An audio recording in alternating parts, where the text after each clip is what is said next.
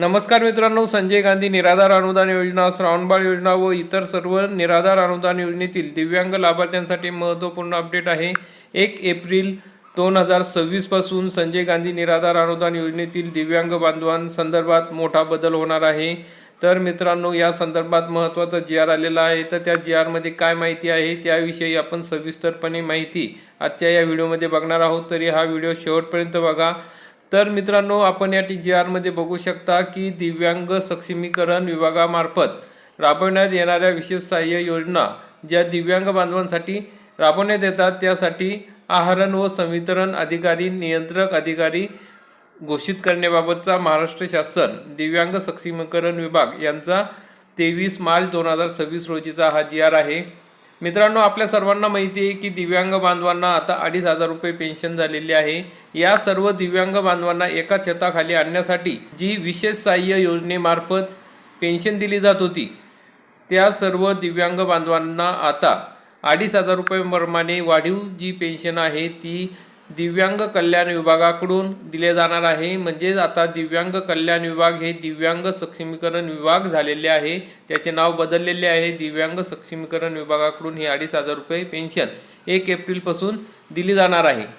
यामध्ये WWSA MHA-IT पोर्टलवर नोंद असलेले सर्व दिव्यांग लाभार्थी हे दिव्यांग सक्षमीकरण विभागाकडे वर्ग करण्यात आलेले आहे। या संदर्भातला 24 फेब्रुवारी 2026 रोजी शासन निर्णय काढण्यात आलेला होता, त्याद्वारे मान्यता देण्यात आलेली होती। म्हणजे जे संजय गांधी निराधार अनुदान योजनेचं आधीचं पोर्टल आहे sasmahit.org, यातील जे सर्व दिव्यांग बांधव आहेत म्हणजे ज्यांची दिव्यांग म्हणून नोंद या पोर्टलला झालेली आहे त्या सर्व दिव्यांग बांधवांना आता दिव्यांग सक्षमीकरण कार्यालयाकडे वर्ग करण्यात आलेले आहे।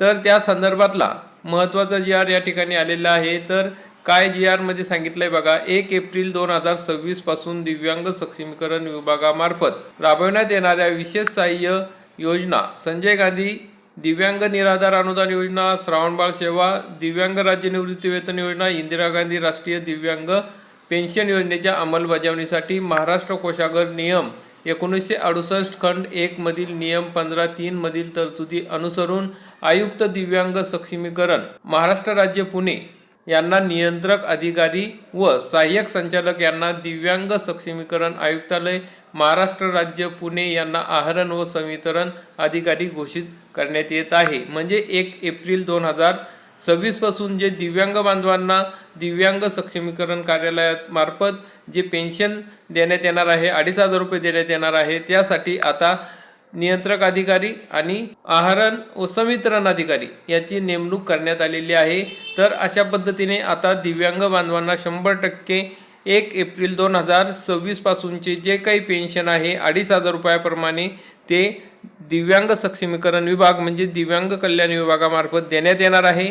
sasmahit.org या पोर्टलवर दिव्यांग लाभार्थी म्हणून नोंद होणे आवश्यक आहे। जर कोणाची नोंद झाली नसेल तर UDID कार्ड घेऊन जा, तरच तुमचं नाव दिव्यांग म्हणून दिव्यांग सक्षमीकरण कार्यालयाकडे जाणार आहे आणि त्याच्यानंतरच तुम्हाला हे 2,500 रुपये एप्रिल महिन्यापासून या कार्यालयामार्फत मिळणार आहे। जर दिव्यांग सक्षमीकरण कार्यालयामार्फत म्हणजे दिव्यांग कल्याण विभागामार्फत हे जर पैसे दिव्यांग बांधवांना मिळायला सुरुवात झाली तर याचा परिणाम असा होईल की सर्व दिव्यांग बांधवांना एकदाच पैसे मिळतील आणि वेळेवर मिळतील आणि दिव्यांग बांधवांची काय समस्या असतील पेन्शनबाबतच्या त्या दिव्यांग कार्यालयामार्फत सोडवल्या जातील। तर अशा प्रकारची ही महत्त्वाची अपडेट होती। मित्रांनो, जास्तीत जास्त दिव्यांग बांधवांपर्यंत हा व्हिडिओ नक्की शेअर करा आणि व्हिडिओ आवडल्यास व्हिडिओला लाईक करा, चॅनलला सबस्क्राईब करा। धन्यवाद। जय हिंद, जय महाराष्ट्र।